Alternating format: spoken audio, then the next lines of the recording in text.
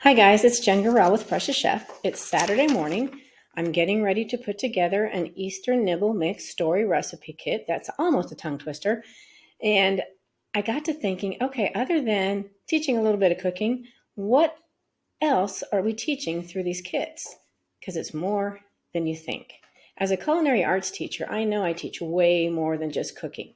I teach math, I teach science, I teach social studies, I teach English, teamwork, problem solving, prediction, safety and sanitation. There's so much more that goes into, so much more learning that goes into cooking than just the skills of cooking themselves. So, what skills are in this box? So I would like to reinforce reading skills. That's kind of my main purpose behind this, not cooking, but to reinforce reading skills.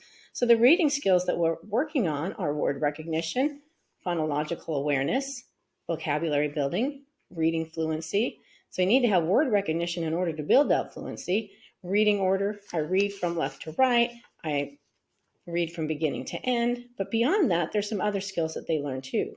They learn organizing. In culinary, we call it mise en place. And that's organizing your equipment, your ingredients, your work area before you even start. We're teaching sanitation, hand washing. I got to clean my work area before and after. I got to wash the dishes. If they're working with a brother, a sister, a cousin, a friend, we're teaching them teamwork. In some instances, some kids do it by themselves, and we're teaching a little bit of independence. You're working on some motor skills, especially for the younger children. If they're learning to use scissors, opening the bags can help reinforce that skill.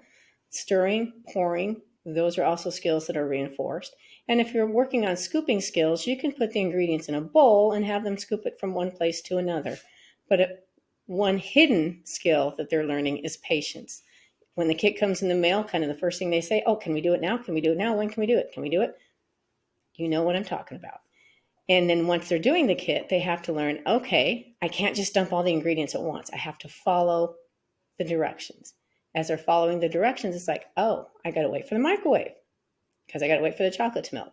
Once the recipe's together, oh, it's got to sit for a bit to set up. I can't eat it yet. Oh, we did it close to dinner. I can't eat it yet. So interesting way to learn some patience.